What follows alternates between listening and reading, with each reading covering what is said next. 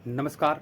इनकलाब जिंदाबाद। साथियों आप सभी ने देख लिया कि किस प्रकार हमारे देश की राजधानी बीजेपी सरकार की नाक के नीचे एक आतंकवादी हमला होता है और हम अपने देश के 10 से ज़्यादा मासूम लोगों को खो देते हैं और 10 से ज़्यादा लोग घायल हो जाते हैं और आर्थिक नुकसान उठाना पड़ता है, वो अलग। और इससे भी ज़्यादा शर्मनाक चीज़ें ये हैं, कोई विभाग इसकी जिम्मेदारी लेने को तैयार नहीं है। एक व्यक्ति जिसके लिए इस देश में अरबों रुपए खर्च होते हैं जिस विभाग के लिए कि इस देश के लोगों की सुरक्षा की जाए, वो जिम्मेदारी लेने के लिए तैयार नहीं है भाई। इस देश में रेल हादसे होते हैं, रेल मंत्री इस्तीफा नहीं देता। इस देश में लगातार आतंकवादी हमले होते हैं, गृह मंत्री इस्तीफा नहीं देता। भाई बपोती समझ के बैठ चुके हो क्या इस देश पे तुम कि 140 करोड़ भारतीयों में तुम ही ज्यादा समझदार हो? तुमसे अच्छा समझदार कोई व्यक्ति नहीं है। 80-80 साल के लोग तुमने रक्षा विभाग में बिठाए हुए हैं। क्यों भाई? युवा मर चुके हैं क्या इस देश के? भाई गुस्सा है। ये बार बार ये चीजें होती हैं। इनके भाषणों को सुनो कि देश सुरक्षित हाथों में है और ये है, क्या मतलब? ये 10 लोग, इतने छोटी चीजें होती हैं क्या ऐसे मर जाना? तुम्हारे परिवार के 10 लोग मर जाएंगे ना जिस दिन, उस दिन तुम्हें पता चलेगा कि कीमत, संख्या क्या होती है 10 लोगों की। इस देश के जिम्मेदार व्यक्ति जन्मदिन मनाने के लिए दूसरे देशों में चले जाते हैं। राजनीतिक परपंचों के लिए इस देश के मंत्री बकवासबाजी बिहार में करते हैं भाई। अरे तुम अपने पहले 5 सालों को तो सुरक्षित करो, अगले 5 साल तो तुम्हें जब देगा कोई भाई। इतना मूर्ख इस देश का युवा नहीं है जो उससे ये देश नहीं संभल पाएगा।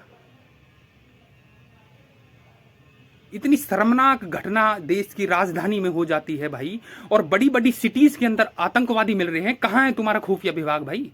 क्या कर रहा है तुम्हारा खुफिया विभाग? हमले के बाद तुम सचेत होते हो, पहले कहां अचेत मुद्रा में पड़ जाते हो तुम?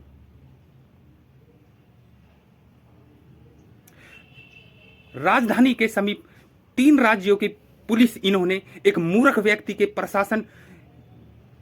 व्यक्ति के सुरक्षा में लगा दी।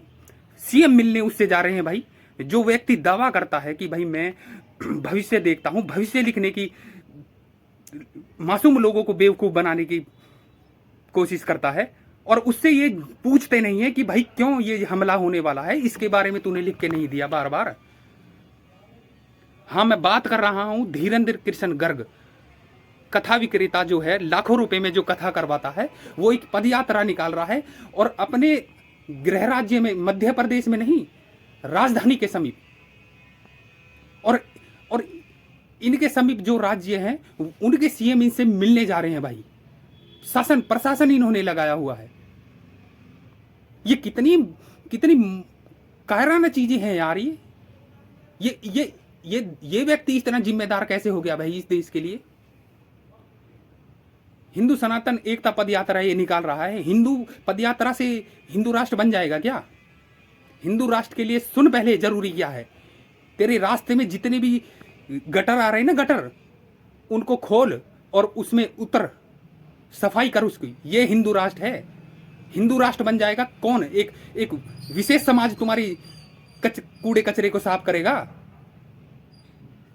तुम्हारी गलियों को साफ करेगा। जिस दुकान के सामने वो लोग डेली सुबह 4 बजे सफाई करके जाते हैं, वो दुकान उनकी होनी चाहिए थी, लेकिन नहीं, तुमने व्यक्तिगत रूप से उनको, एक जाति को पूरी को साफ सफाई में लगाए रखा। तुम्हारी जात के लोग उसमें नहीं है।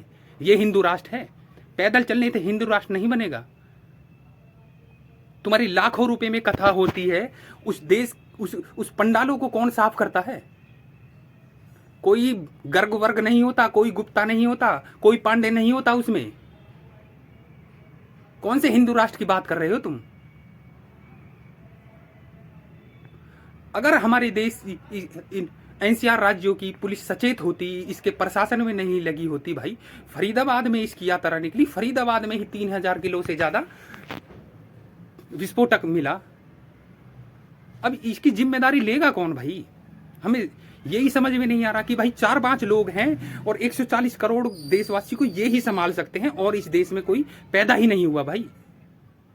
अरे तुम छोड़ के बैठो ना अपने घर, 80-80 70-70 साल तुम्हारी उम्र हो चुकी है, हम संभालेंगे इस देश को। धन्यवाद।